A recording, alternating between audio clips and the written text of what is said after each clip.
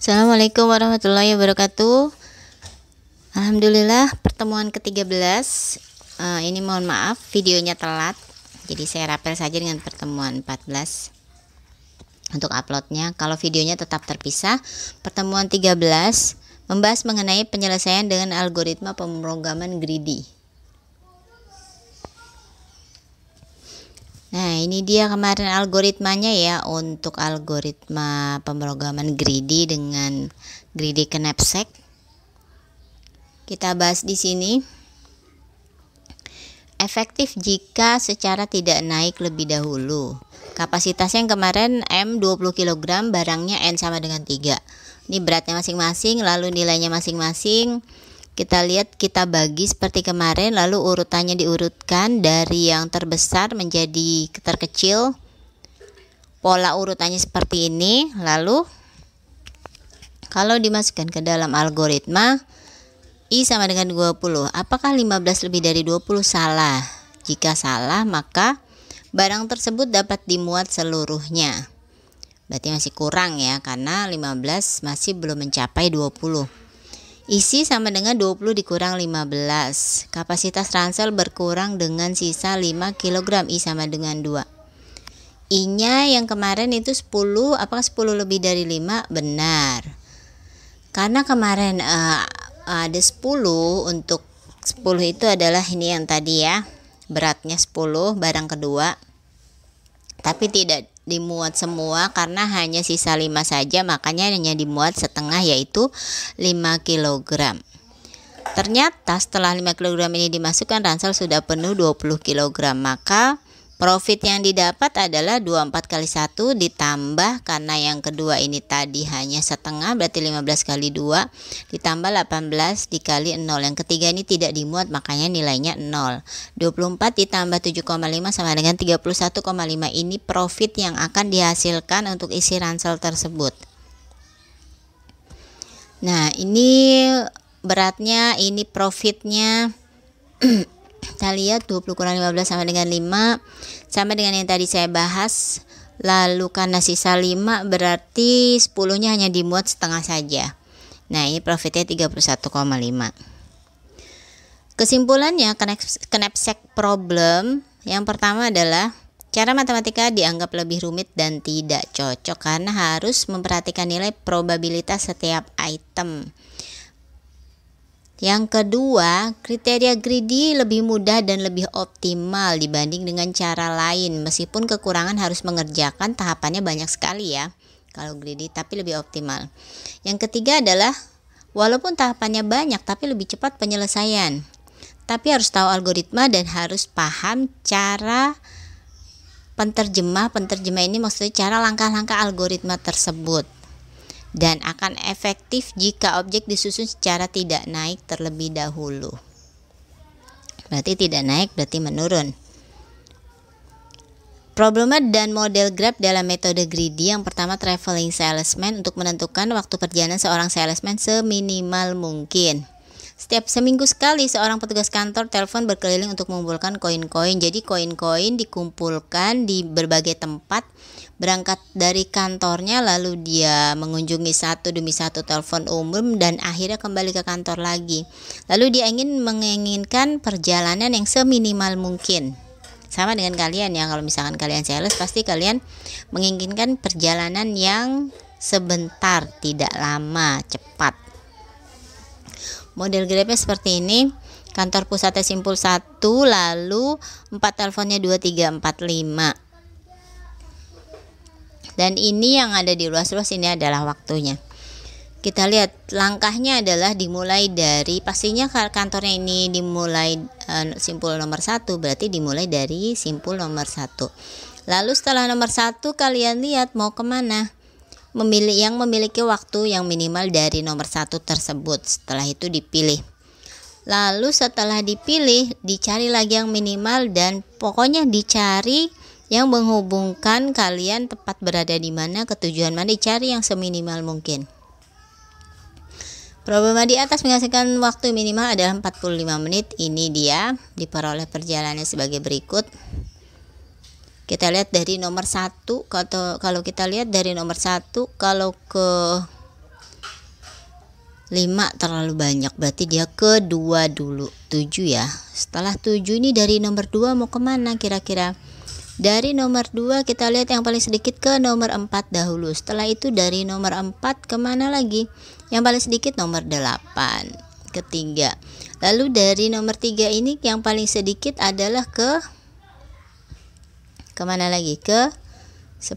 Dia tidak mungkin ke nomor 2 lagi, dia tidak mungkin balik lagi ke nomor 2, jadi dia mengambil nomor 10. Setelah itu dari nomor 5, karena ini sudah, maka ke balik lagi kantor ke nomor 12. Sehingga waktunya dijumlah semua sebanyak 45 menit. Yang kedua adalah minimum spanning tree, kasus MST problem, mencari minimum biaya. Kalau tadi minimum waktu, sekarang minimum biaya. Dari setiap ruas atau edge, ruas itu yang tadi garis-garis membentuk pohon atau tree. Tree itu simpul, itu yang bulat-bulat. Tree itu semuanya. Solusi adalah memilih ruas yang menghasilkan biaya minimum, lalu penambahannya akan menghasilkan biaya yang kecil juga. Kriterianya terhubung, lalu mempunyai nilai, dan tidak berarah. Proses totalnya adalah dari graf yang terbentuk apakah memenuhi kriteria, lalu lakukan secara berurut. Pada setiap simpul perhatikan nilainya, kalian pilih yang paling kecil, lalu lanjutkan untuk semua simpul sampai simpul tergambar pada spanning tree.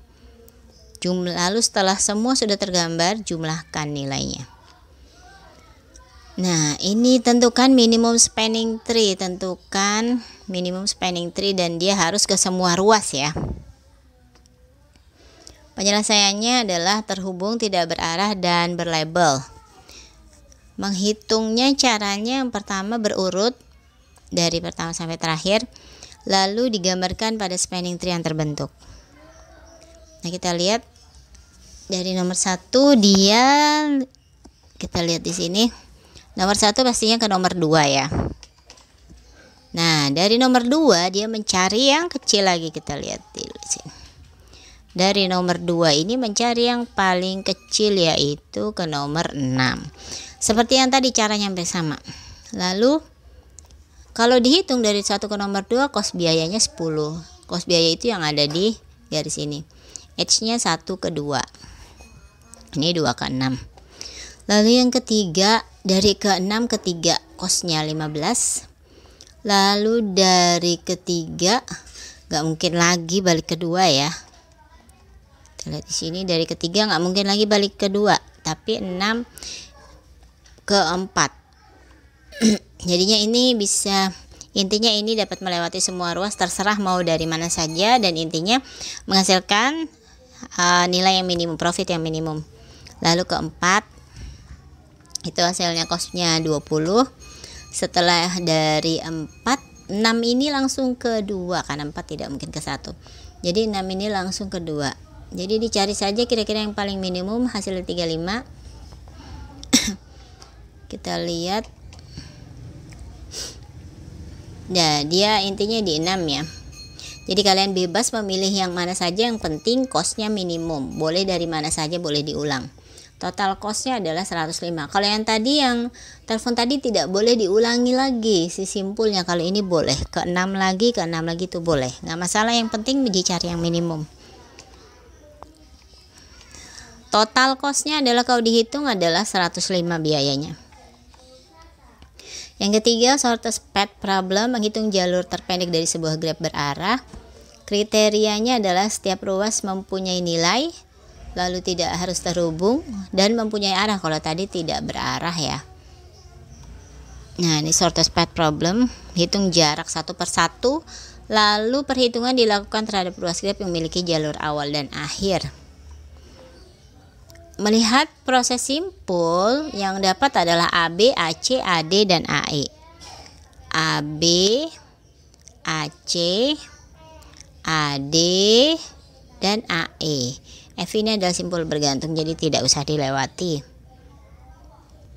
Lalu yang kedua, mencari jalur terpendek dari tiap proses.